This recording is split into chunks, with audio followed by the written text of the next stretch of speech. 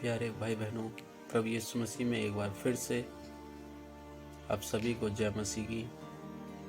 और परमेश्वर का धन्यवाद करें कि परमेश्वर ने एक बार फिर से हमें एक नया दिन दिखाया है।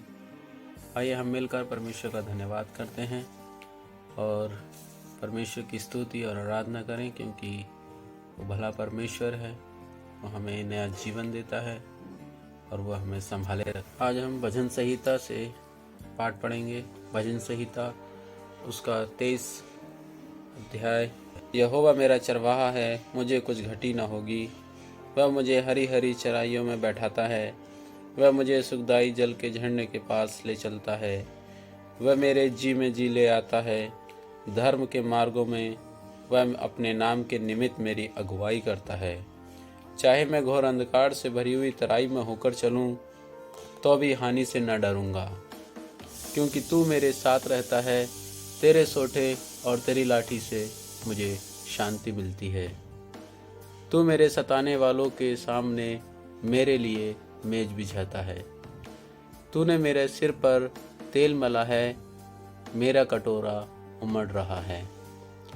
निश्चय भलाई और करुणा जीवन भर मेरे साथ साथ बनी रहेंगी, और मैं यहोवा के धाम में सर्वदा वास करूंगा। आमीन। एक बार फिर से परमेश्वर का धन्यवाद हो कि परमेश्वर ने हम सभी को ये नया दिन दिखाया है, और परमेश्वर ने हम सभी को इस नए दिन में हमें आज्ञा देता है कि हम परमेश्वर का धन्यवाद करें, उसकी स्तुति और आराधना करते रहें। अभी हमने भजन संहिता 23 पढ़ा, जिसमें परमेश्वर का वचन हमें बताता है कि यहोवा मेरा चरवाहा है, मुझे कुछ घटी न होगी।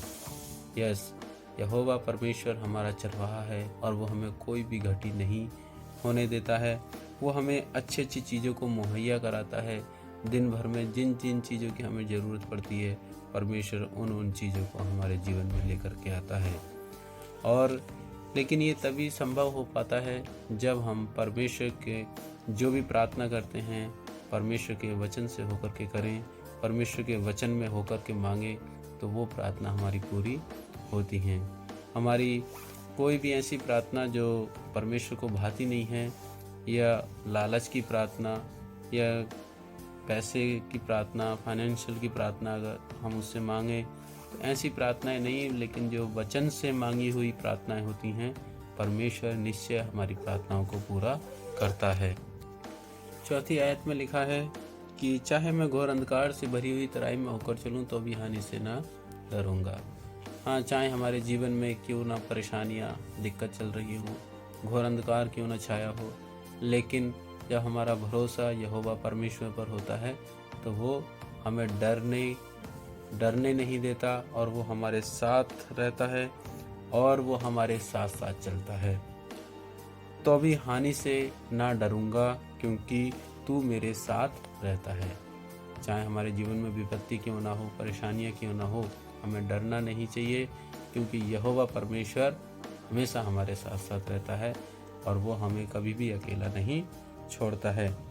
और तू मेरे सताने वालों के सामने मेरे लिए मेज बिछाता है। जो लोग मुझसे जलते हैं, जो लोग हमसे घृणा करते हैं, जो लोग हमें सताते हैं, परमेश्वर उनके सामने हमारे लिए अच्छी अच्छी चीज़ें हमारे जीवन में लेकर के आता है, हमारे लिए मेज बिछाता है, और हमें आशीषों से भरपूर करता है।